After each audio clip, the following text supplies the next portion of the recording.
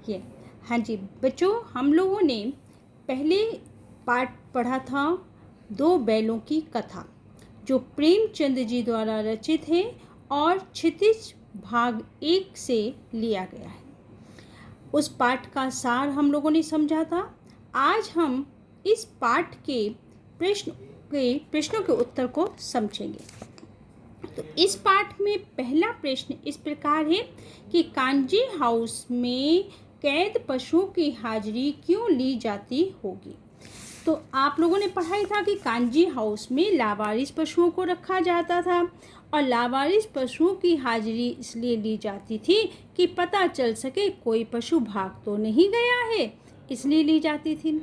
आप इसको अपने शब्दों में भी लिख सकते हैं और पाठ का सार अगर हमें अच्छे से पता है तो कहीं से कैसे भी क्वेश्चन आ जाए हम लोग आराम से कर सकते हैं। दूसरा प्रश्न है, छोटी बच्ची को बैलों के प्रति प्रेम क्यों उमड़ आया। तो आप लिख सकते हैं, छोटी बच्ची जो थी गया के बड़े भाई भैरव की लड़की थी और भैरव और उसकी पत्नी की मृत्यु हो गई थी। तो गया की पत्नी छोटी बच्ची के साथ सौतेलापन का व्यवहार करती थी और वह बच्ची प्रेम की भूखी थी। घर में बैलों के साथ भी सौतेलापन का व्यवहार होता था, इसलिए उसके मन में बैलों के प्रति प्रेम उमड़ आया। अगला प्रश्न है, कहानी में बैलों के माध्यम से कौन कौन से नीति विषयक मूल उभर कर आए हैं।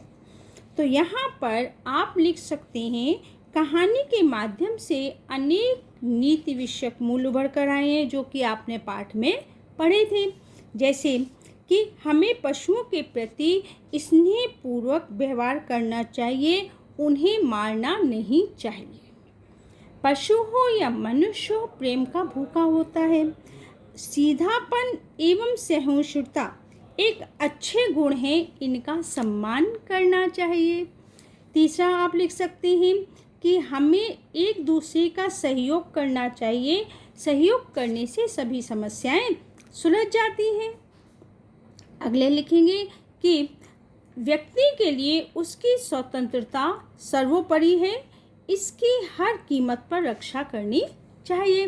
तो ये था आपका प्रश्न नंबर 3 का उत्तर। क्वेश्चन नंबर 4 है कि प्रस्तुत कहानी में प्रेमचंद ने गधे की किन स्वभावगत विशेषताओं के आधार पर उसके प्रति रूढ़ अर्थ मूर्ख का प्रयोग न कर किस नए अर्थ की ओर संकेत किया है।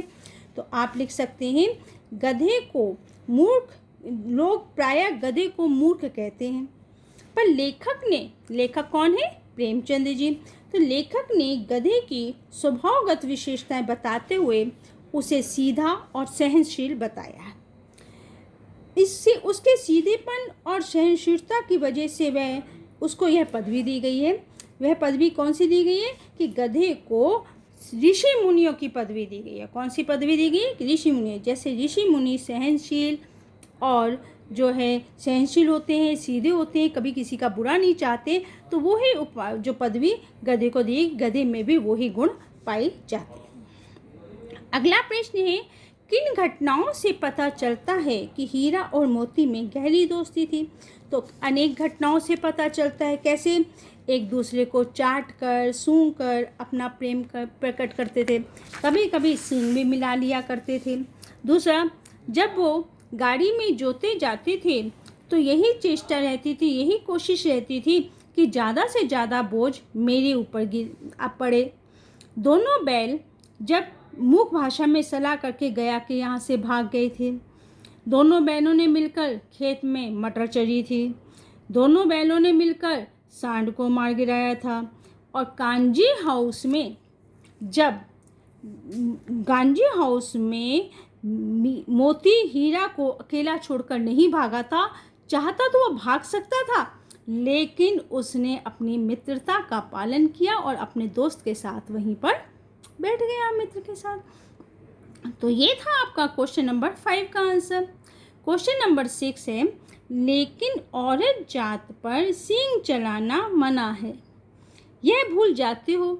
लेखक ने हीरा के इस कथन के माध्यम से स्त्री के प्रति किस सामाजिक विडंबना को इंगित किया है। तो आप लिख सकते हैं, लेखक ने हीरा के माध्यम से स्त्री जाति के प्रति इस विडंबना को इंगित किया है। इंगित मतलब इशारा, कि पुरुष जाति जो है वो स्त्री पर अत्याचार करता है और जब चाहे स्त्री पर हाथ उठा देता है। स्त्री जाति की यह विशेषता है कि वह पुरुष की मार सहकर भी जो है जवाब नहीं देती और चुपचाप उसके अत्याचार को सहती है। तो ये थे आपके, ये देखिए क्वेश्चन नंबर 6 तक के। अब हम करते हैं क्वेश्चन नंबर 7। क्वेश्चन नंबर 7 जो है वो है आपका, किसान जीवन वाले समाज में पशु और किसान जीवन वाले समाज में पशु और मनुष्य के आपसी संबंधों को कहानी में किस तरह व्यक्त किया गया है। तो आप लिख सकते हैं, किसान वाले समाज में पशु और मनुष्य के आपसी संबंधों को झूरी और गया के संदर्भ में हीरा और मोती के माध्यम से प्रकट किया है। कि एक तरफ देखते हैं कि झूरी कितना बैलों को प्यार से रखता था और गया बैलों को मारता था। तो आपको मैंने पहले भी ये बताई थी कि इंसान हो या जानवर हो, प्यार का भूखा होता है। प्यार से उनसे कोई भी काम हम ले सकते हैं। तो झूरी उनसे काम लेता था तो वो बहुत खुश होकर करते थे। गया जब उनसे काम लेता था तो वह उनको तंग करता था। अगला प्रश्न है हमारा, जो इस पाठ का क्वेश्चन नंबर जो बनता है हमारा 8। इतना तो हो ही गया कि 9-10 प्राणियों की जान बच गई, वे तो आशीर्वाद देंगे। मोती के इस कथन के आलोक में उसकी विशेषताएं बताइए। तो आप लिख सकते हैं, हीरा और मोती जो कांजी हाउस में बंद थे, तो मोती ने कांजी हाउस की कच्ची दीवार को तोड़ डाला था और तोड़ने के बाद जैसे ही दीवार टूटी वहाँ पर सारे पशु भाग गए जो थे। बकरियाँ, गधे, घोड़े सब, बकरियाँ भाग गए, घोड़ियाँ भाग गई, घोड़े भाग गए, जो भी थे थोड़े बहुत। लेकिन गधा जो था वो नहीं भाग रहा था। उसने गधे को भी सींग मार मार कर भगा दिया। तो उसको इस बात से ये था कि इनके इस प्रयास से, मोती के इस प्रयास से 9-10 प्राणियों की जान बच गई। इस घटना से मोती की यह विशेषता का पता चलता है कि वह परोपकारी है, सच्चा मित्र है, क्योंकि वो अपने मित्र को छोड़कर नहीं गया था।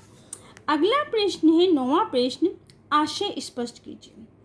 आशय स्पष्ट में आप क्या लिख सकते हैं कि पहला आशय स्पष्ट कीजिए कि 2 भाग हैं। का भाग जो है वो है, अवश्य ही उनमें कोई ऐसी गुप्त शक्ति थी जिससे जीवों में श्रेष्ठता का दावा करने वाला मनुष्य वंचित है। आप लिखेंगे, मनुष्य दावा करता है कि मैं जीवधारियों में सबसे सर्वश्रेष्ठ हूँ, पर हीरा मोती की श्रेष्ठता को देखकर उसका यह दावा फीका पड़ जाता है। हीरा मोती जो थे एक दूसरे के मन की बात शीघ्र ही समझ जाते थे। लगता है उनमें कोई गुप्त शक्ति थी जो बाहर से दिखाई नहीं देती थी। अगला प्रश्न है, उस एक रोटी से उसकी भूख तो क्या शांत होती, पर दोनों के हृदय को मानो भोजन मिल गया। बालिका द्वारा खिलाई गई रोटी दोनों बैलों की भूख को शांत तो नहीं कर पाती थी, पर उनके मन को तसल्ली बड़ी होती थी। क्यों होती थी? क्योंकि वो बड़े प्रेम से उनको रोटी खिलाती थी। तो उनकी जो है ऐसा लगता था जैसे उनके मानो हृदय को भोजन मिल गया हो। अगला प्रश्न है हमारा क्वेश्चन नंबर 10। उसमें हम लिख सकते हैं कि गया ने हीरा मोती को दोनों बार सूखा भूसा खाने के लिए दिया, क्योंकि अब इसमें आपको बताना है कि कौन सा सही है कौन सा गलत है। तो आपका पहला जो है का है, गया पराए बैलों पर अधिक खर्च नहीं करना चाहता था, ये आपका रॉन्ग है। गरीबी के कारण खली आदि खरीदना उसके बस में नहीं था, ये भी रॉन्ग है। वह हीरा मोती के व्यवहार से बहुत दुखी था, ये राइट है, इसको राइट कर दें।